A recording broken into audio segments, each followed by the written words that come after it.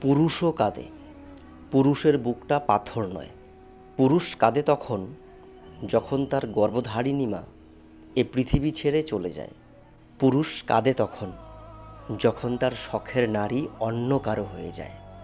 পুরুষ কাঁদে যখন তার জন্মদাতা পিতা হারিয়ে যায়। পুরুষ মানুষ তখন কাঁদে যখন সে হাড়ভাঙা পরিশ্রম করেও সে ব্যর্থ হয়ে যায়। পুরুষ মানুষ তখন কাঁদে। পুরুষের কান্না কোনো দুর্বলতা নয়, এটা তার ভিতরের জ্যান্ত মানুষের কষ্ট।